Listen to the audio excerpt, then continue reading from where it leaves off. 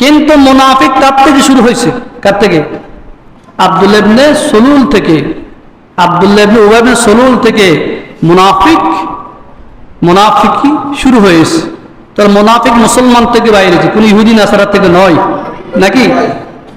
সেই তো নামাজও পড়তেন, রোজা রাখতেন, হজ করতেন, যাকাত দিতেন, রাসূল করিম সাল্লাল্লাহু আলাইহি ওয়াসাল্লামের পিছে 5 ওয়াক্ত নামাজ পড়তেন, আবার মুসলিম আযান দিতেন। এরপর সে মুনাফিক। কেন মুনাফিক? এই জন্য মুনাফিকের দরজায় পৌঁছেছেন। রাসূল করিম সাল্লাল্লাহু আলাইহি ওয়াসাল্লামের সামনে বসলেন, রাসূলের কথাগুলো শুনতেন, রাসূলকে ভালো উপদেশ দিতেন, সুন্দর উপদেশ দিতেন।